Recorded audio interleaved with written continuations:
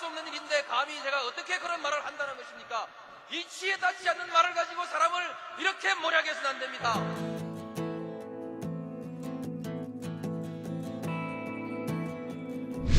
기나긴 밤이었거든 압제의 밤이었거든 사랑이 한 몸 썩어져 이 붉은 사나에 사랑 해방의 횃불 아래 벌거숭이 사나에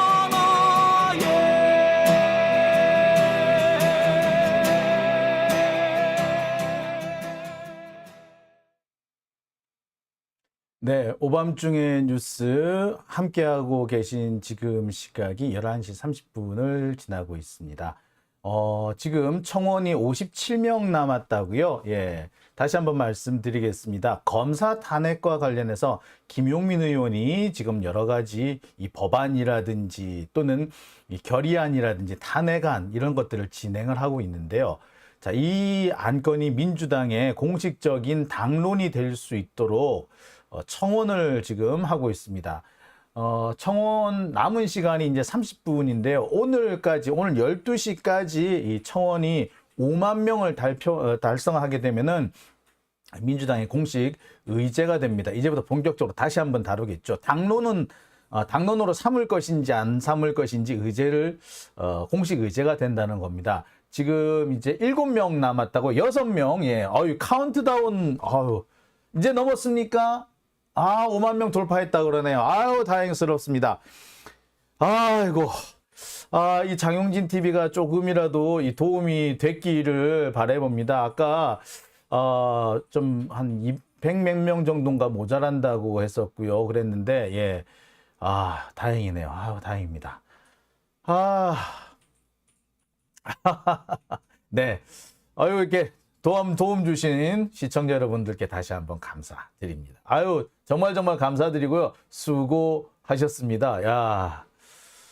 예, 5만 명 통과가 됐군요. 예, 5만 340명. 네, 아마 많은 분들이 여기저기 다니면서 좀 그 청원에 동참해 달라고 이렇게 알려드리고 했던 것 같아요. 그래서 막판에 이렇게 빠른 속도로 넘어갔습니다. 아이고, 다행이네요. 감사합니다. 참 당원이 몇 명인데 이게 참 5만 명을 못 채울 뻔했네요. 참 그렇습니다. 자, 예, 다음 박수 치시고 다 그러시네요. 아이고, 고맙습니다. 예, 자, 그러면 오늘 제가 준비한 얘기부터 이제 하나씩 좀 풀어가 볼게요. 자, 오늘 제가 준비한 첫 번째 주제는요, 이 최은순의 문서 위조 사건입니다. 다시 한번 수면 위로 떠오르는 최은순의 문서 위조. 자, 최은순의 문서 위조. 여러분, 어떤 게 떠오르십니까? 예. 자, 최은순의 문서 위조라고 하면은요, 가장 여러분들이 잘 알고 계시는 게 잔고 증명서 위조입니다. 송파구에 있는 어떤 제가 알기로는 그게 헬스센터죠. 이렇게 헬스센터 이런 거 경매에 나온 부동산을 인수하는 과정에서 경매 이 잔금, 그러니까 낙찰 잔금을 입금을 빨리 해야 되고 정해진 날짜에 해야 되는데 그 정해진 날짜에 하지 않기 위해서 연기 신청을 합니다. 근데 연기 신청을 하는 이유가 타당해야 되거든요. 근데 아마 최은순 씨 같은 경우에는 내가 돈이 있는데 지금 이게 압류에 걸려봐가지고 내가 당장 돈을 못 뽑아서 그러니 이 압류가 풀리는 대로 곧 돈을 갚겠다. 이런 식으로 해서 이 연기 신청을 했나 봐요.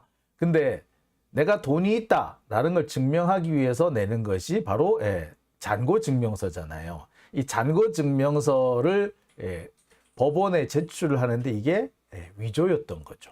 자, 법원에 내는 서류를 위조한다? 우리는 상상을 못 합니다.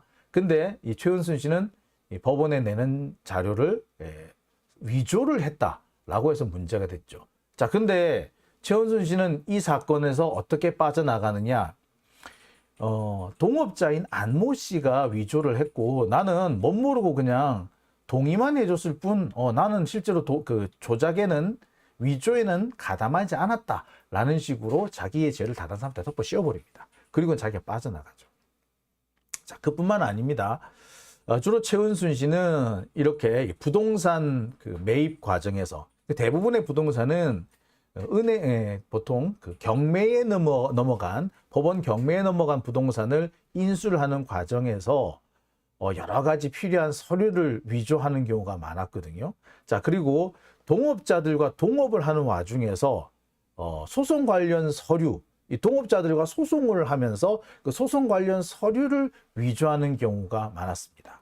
즉 최은순의 문서 위조는요, 2010년 전후에 지금 송파구 일대, 그다음에 성남 일대에서 경매 부동산을 인수하면서 낙찰이나 인수에 관련된 서류, 은행 잔고와 관련된 서류라든지 동업자들과 소송을 벌이는 과정에서 증거라면서 제출한 서류라든지 이런 것들을 주로 위조를 했다는 것이 최은순의 문서 위조 사건입니다.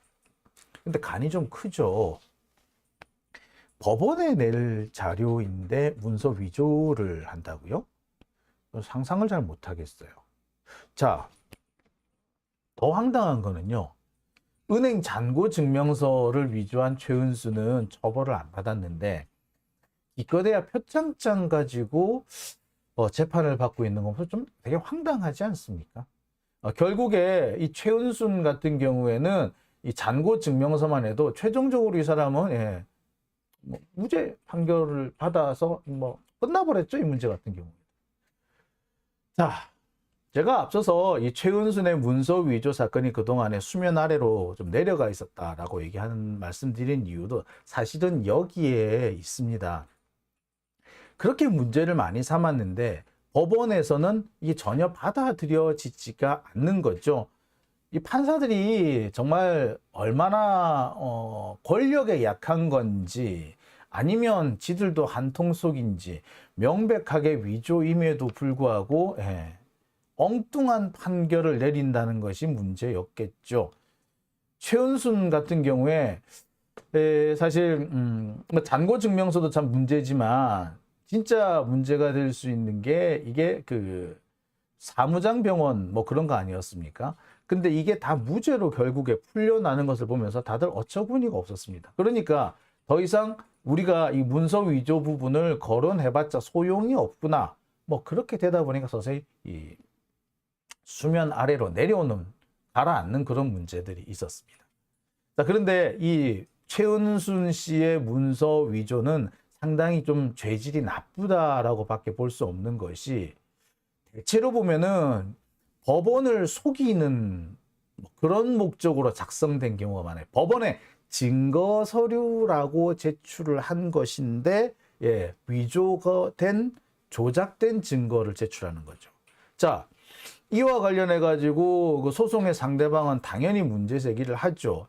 이게 소송 서류가 위조됐다라고 주장을 합니다. 근데 법원에서 안 받아들여져요.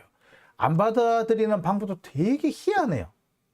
그런데 문제는 이 최은순 씨가 왜 동업자들하고 소송을 벌이느냐는 거예요. 최은순 씨가 동업자들하고 소송을 벌이는 이유의 대부분은 뭐냐면 이익을 분배하기로 약정을 해놓고 얼마씩 분배하기로 약정을 해놓고 나중에 사업이 끝날 때쯤 실제로 이익을 분배해야 될 쯤 되면은 이 약정을 뒤집으려고 하는 겁니다. 사업 시작할 때는 상대방이 필요했겠죠. 뭐 사업상의 노하우라든지 또는 뭐 정보력이라든지 이런 것들 또는 경영 능력이라든지 이런 것 때문에 상대방이 필요해서 그래서 야, 너 내가 이익의 절반을 줄게 이렇게 통 크게 약속을 해놓고서는 막상 이익 분배 시점이 되면 쟤는 돈 한 푼도 안 내고 그냥 단지 입만 갖고 이렇게 떠들었는데 야, 내가 이익을 절반씩이나 줘야 돼? 싫어. 그러면서 약정을 뒤집으려고 합니다. 그 와중에서 보면 위조 서류가 등장을 하게 되는 거예요. 보통 이익 약정을 뒤집는 과정에서 최은순 씨가 많이 쓰는 방법이 뭐냐? 이 상대방, 동업자, 얼마 전까지 동업하던 동업자들을 고소 고발을 하거나 민사소송을 거는 그런 경우들이 상당히 많아요. 또는 자신이 돈을 내야 될 시점에 돈을 안 내고 갑자기 배째라고 배짱을 튕기는 그런 경우도 있죠. 그렇게 되면은 상대방은 이 자금 마련에 어려움을 겪으면서 허덕허덕하게 되는데, 허덕허덕 하는 과정에 결국에 낙찰받은 경매 부동산을 다시 경매로 넘겨줄 수밖에 없는 그런 상황에 처하게 되죠. 한 번 낙찰을 받아서 자기가 이제 살려고 하고 있었는데, 이게 또다시 경매로 넘어가면, 한 번 낙찰을 받았던 부동산이 또다시 경매로 넘어가게 되면요, 사실 이 경매 단가가 뚝 떨어지게 되거든요. 그렇게 되면 어떻게 된다? 최은순 씨는 뚝 떨어진, 그래서 2번씩이나 경매에 들어가서 뚝 떨어진 그런 부동산을 헐값에 사들이는 거예요. 그래서 이런 과정을 거치면서 자기 동업자들을 털어내는 거죠. 그러니 당연히 동업자들하고 분쟁이 생길 수밖에 없겠죠. 그 분쟁이 생겼을 때 사실 정상적이면 재판에서 지는 게 맞거든요. 재판에서 이기기 위해서 서류들을 조작하거나 위조합니다. 여기 보시면은 1번, 2번, 3번 서류에 조금씩 차이가 있어요. 뭐가 차이가 있느냐? 도장이 찍혔다, 안 찍혔다, 다시 찍혔다, 이렇게 하는 부분이 있어요. 자, 이게 뻔히 보이는데 이게 법정에서 이게 인정이 안 되는 경우도 있고요. 이런 문서 위조가 있었다고 검찰에 고소 고발을 했는데, 검찰이 이게 이렇게 위조네요? 라고 해놓고서는 막상 기소를 하지 않거나, 오히려 고소 고발한 이 정대택 씨 같은 사람이 무고죄로 기소가 되는 황당무계한 상황이 벌어지고 있는 겁니다. 자, 정말 제가 이 최은순 씨의 이 문서 위조 사건을 가만히 보면서 2가지를 느낄 수 있었어요. 일단 최은순 씨, 정말 야비하다. 보통 사람이 뭐 화장실 갈 때랑 올 때랑 마음이 다르다고는 하지만, 그래서 올 때 갈 때 달라지는 마음을 생기지 않게, 그런 걸 방지하기 위해서 보통 우리가 계약이란 걸 쓰잖아요. 약정서를 만들지 않습니까? 그렇으면 그 약정서대로 지켜야죠. 근데 이 사람은 뭐 애시당초 약정을 해놓고서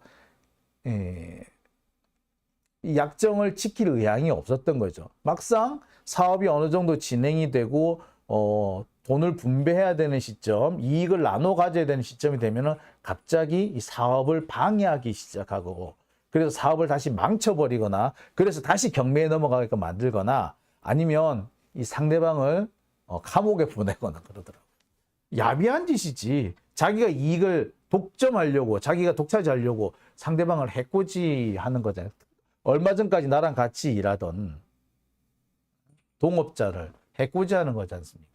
그런데도 처벌을 안 받고 피해 나간다? 그런데 그 과정에서 이 서류가 위조되고, 이 위조된 서류가 법정에 제출이 되는데 너무나도 뻔뻔스럽게 이걸 빠져나간다는 거예요.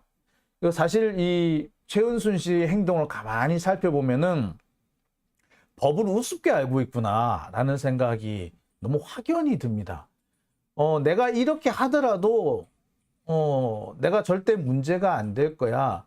내가 뭐 감옥에 가거나 뭐 재판에 지거나 이런 일은 없어 라는 그런 믿음이 가득한 그런 태도를 보입니다. 서류를 위조를 했는데, 그것도 법원에 낼 서류를 위조를 했는데 이렇게 당당할 수 있다는 건 정상적인 사람은 아니죠. 자, 누가 보더라도 이거는 뒷배가 탄탄하기 때문에 그렇다라고 생각할 수밖에 없습니다. 그런데 문제는 그 뒷배가 우리 모두 의심하는 딱 한 군데이긴 한데, 그리로 이어갈 수 있는 증거가 사실 별로 없다라는 거죠.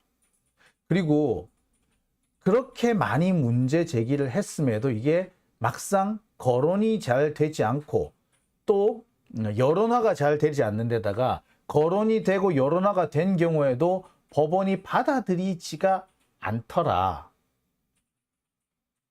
결국 그렇게 되니까 어떻게 됩니까? 더 이상 거론이 안 되고 물밑으로 가라앉게 됐던 거죠. 거론이 잘 안 되는 이유 중에 몇 가지 더 있는데요. 대체로 보면은 이 사건들이 옛날 사건들이에요. 그러니까 2000년대 초반에 있었던 사건들이야. 2000년대 초반 아주 나중에 있었던 사건이 2010년 이쯤에 있었던 거예요. 그러니까 다 옛날 사건이고 2021년에는 이미 공소시효가 지났거나 재판에서 이미 확정 판결이 났거나 그래서 더 이상 이제는 손을 댈 수 없는 그런 사안인 경우도 많죠. 그러니까 참 문제가 있다라는 것은 너무나도 잘 알면서도 문제가 있지만 막상 이것을 거론하기가 좀 어려웠던 겁니다. 특히 이게 윤석열이 분명히 개입이 돼 있다는 의심이 되는데 증거나 단서가 사실은 좀 애매했던 거예요. 그래서 그동안 막 문제 제기를 했는데도 많은 사람들이 문제 제기를 했는데도 여론화가 잘 안 되고 결국에는 이것이 다시 물밑으로 내려갈 수밖에 없었던 이유가 여기 있었던 겁니다. 그랬는데 이번에 다시 부각이 되기 시작을 했죠. 부각이 되는 이유는요. 특히 지금 이제 노컷뉴스 쪽에서 이 최은순 씨의 이 과거 문서 위조와 관련된 의혹들을 본격적으로 거론을 하고 있습니다. 그래서 정택택 씨하고 최은순 씨하고 이 송사를 벌이는 과정에서 최은순 씨가 어떤 위조 자료들을 제출을 했고 이에 대해서 법원이 어떻게 행동을 했으며 검사는 또 어떻게 했다 뭐 이런 내용들이 다시 한번 정리가 돼서 보도되기 시작합니다. 근데 이거 벌써 몇 년 전부터 많이 했던 거죠. 제가 유튜브를 통해서 또 제가 아주경제에 있으면서 기사를 통해서 많이 보도했던 거예요. 그걸 다시 한번 정리해서 또 나오기 시작하는데 자, 의외로 이게 몇 년 만에 다시 부각되는 것임에도 불구하고 지금 많은 사람들이 관심 있게 보고 있습니다. 오히려 이번에 처음 알았다라는 분들도 많이 계시더라고요. 그리고 많은 분들은 또 야, 이거 다시 한번 문제를 삼아야 된다. 여론화를 시켜야 한다라는 그런 지적들도 많이 하시죠. 자, 왜 이런 지적들이 나오느냐? 그리고 왜 노컷뉴스 같은 데에서는 이런 최은순 씨 의혹을 다시 제기를 하느냐? 자, 이유는 사실은 간단합니다. 최은순 씨가 이렇게 불법 행위를 통해서 또는 법원이나 검찰, 행정기관을 속여서 돈벌이를 한다거나 투기를 하는 행동이 한두 가지가 아니더라. 그리고 아까 과거 이 최은순 씨의 불법적인 의혹들이 본격적으로 거론되지 않고 물밑에 가라앉은 이유가 뭐였다고요? 예, 이게 대부분 2000년대 초반에 있었던 일이라 이미 시간이 너무 많이 흐른 거죠. 20년 가까이 지났으니까 공소시효가 지나도 한참 지난 거잖아요. 그랬기 때문에 이게 다시 거론하기가 힘들다. 그래서 이게 이미 끝난 문제네. 이미 어떤 경우에는 확정 판결까지 나버린 그런 경우도 있어요. 그러니까 이게 끝나버렸네 라고 할 수도 있는 문제이기 때문에 잠잠해졌는데 문제는 이 최은순이가 같은 수법으로 계속 장난질을 치네? 라는 대목이 새롭게 부각되고 있기 때문입니다. 대표적인 게 공흥지구죠. 그 다음에 최근에 고속도로와 관련돼 가지고 최은순이 가지고 있는 부동산 옆으로 고속도로가 지나간다 이런 의혹들이 나오지 않습니까?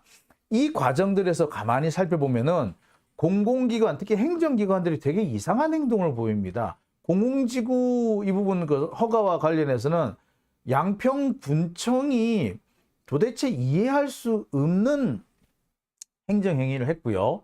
또 이 고속도로 신설과 관련해 가지고는 국토교통부가 이상한 행동을 하고 있어요. 자, 그럼에도 이에 대해서 수사가 전혀 이루어지지 않는다는 거.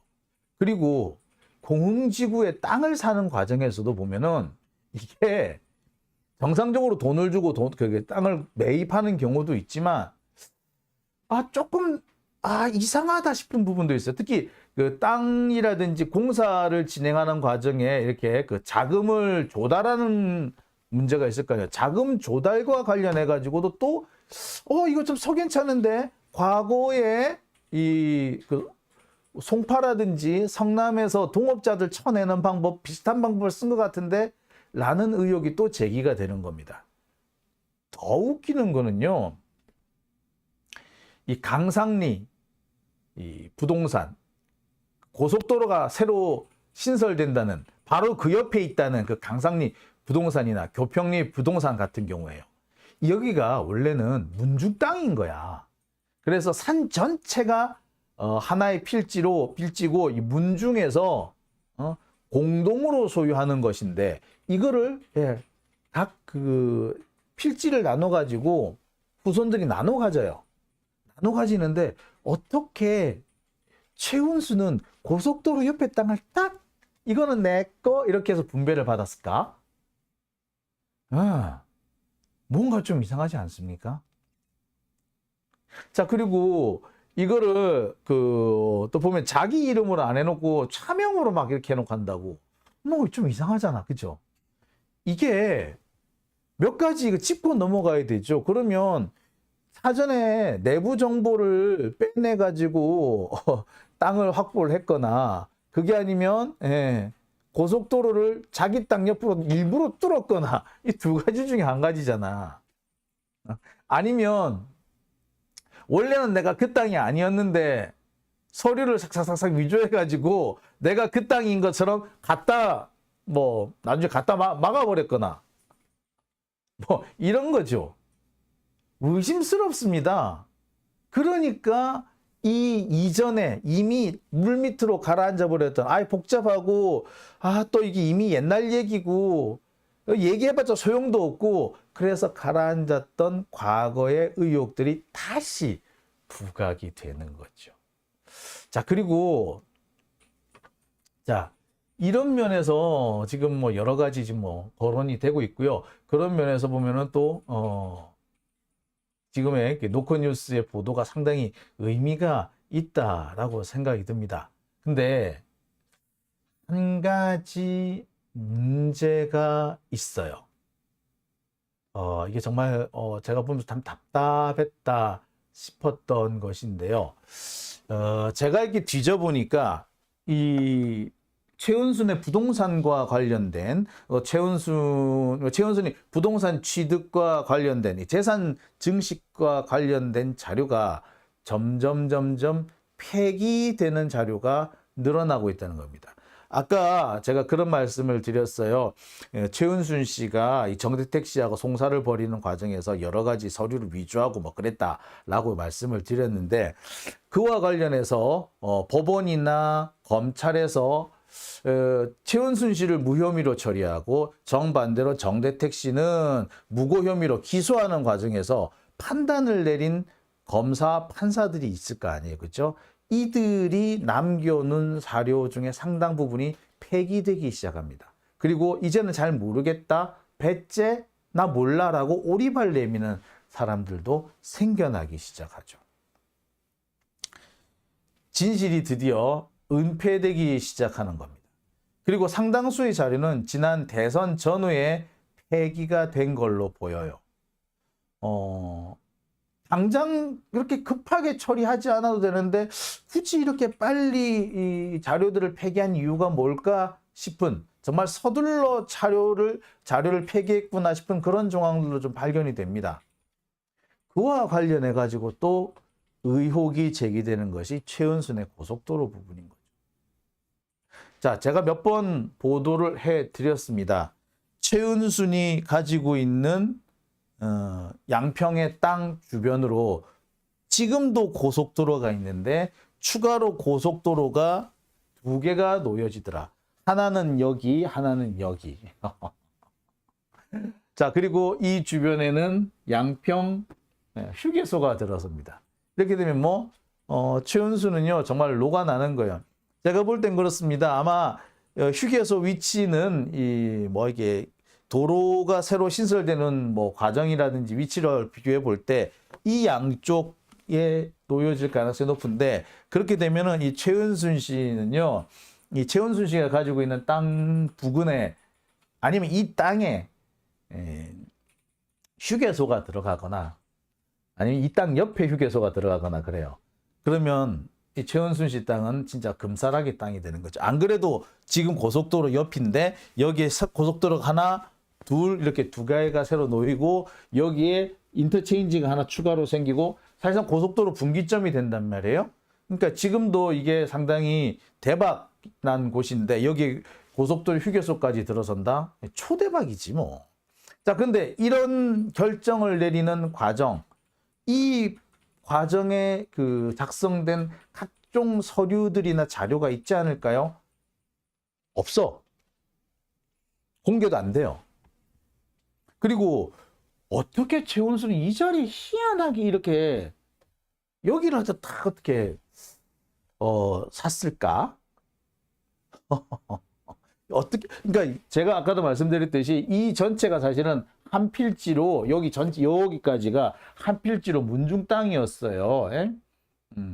그 김건희 씨 그 아버지 그 집안 있잖아요. 그쪽 이게 아마 양평 이쪽에 사시는 것 같은 집성촌인 것 같은데 이쪽 집안 전체가 가지고 있는 이렇게가 하나의 단일한 필지의 그 문중 선산이었어요. 윤석열이 말 맞다나. 그런데 한 20년 전쯤에 이것을 나눠 가져요. 그 후손들이 나눠 가지는데 하필 최은순한테 김건희 형제가 나눠 가진 땅 옆으로 고속도로가 난 거야. 이거 이렇게 우연히 있을까요? 자, 어떻게? 한 필지를 서로 막 나눠 가졌는데 어떻게 하필? 예, 이 부분 사실 의심스럽죠. 자, 근데 자료가 지금 하나도 안 남아 있어요. 그러니까 바로 이 고속도로 의혹과 관련해 가지고도 문제를 삼는 사람들이 생기는 거죠. 아마도 보면은 이 과정에서 정대택 씨를 쳐내는 동업자를 또 내쫓는 또는 동업자들을 형사적으로 해코지하는 그런 그럴 때 썼던 방법들이 분명히 동원됐을 것이라는 의혹이 있죠. 관련 자료가 남아 있으면 좋겠는데, 예, 관련 자료가 남아 있는지도 현재 확실치가 않습니다. 자, 그러니 바로 지금 문제가 되는 거겠죠. 자, 참 제가 여러 가지를 좀 보여드립니다만, 예, 이 최은순 씨가 지금 현재 가지고 있는 땅, 바로 그 땅 옆으로 고속도로가 두 개가 지나갑니다. 예. 이미 하나가 있는데 앞으로 추가가 생긴다는 거죠. 자, 지금 이렇게 고속도로가 있어요. 최은순 씨가 보유하고 있는 이 땅 옆에 지금도 이렇게 중부 내륙 고속도로가 지나갑니다. 잠깐만요. 이게 중부 내륙 고속도로가 지금도 지나가죠. 지금 그런데 그 옆으로 고속도로가 하나씩 두 개씩 놓여집니다. 남양평 IC가 생기고요. 그 옆에 서울 양평 고속도로가 생기고요. 그 위쪽으로는요. 원래 노선이었 그렇죠. 서울 양평 고속도로가 이 남양평으로 이어지고요. 원래 노선은 이쪽이었습니다. 그리고 수도권 제2순환선 고속도로가 또 지나가죠. 강상 IC랍니다. 이렇게 이어져요. 그리고 지금 현재 중부 내륙 고속도로도 추가로 연장이 돼 가지고요. 이렇게 나중에는 경춘 고속도로로 이어진답니다. 이렇게 고속도로 이어져요. 최은순은 이래서 아주 떼부자가 되게 생겼더라 라는 겁니다. 자, 오밤중의 뉴스 제가 준비한 첫 번째 순서 여기까지입니다. JS님, 공수처도 기대감이 없고 그렇습니다. 그렇죠. 예. 공수처가 좀 제 역할을 해주면 지금쯤 공수처에 대한 기대감이 많을 것 같고, 그런데 이 공수처가 전혀 제 역할을 못 해준다는 점이 안타깝죠.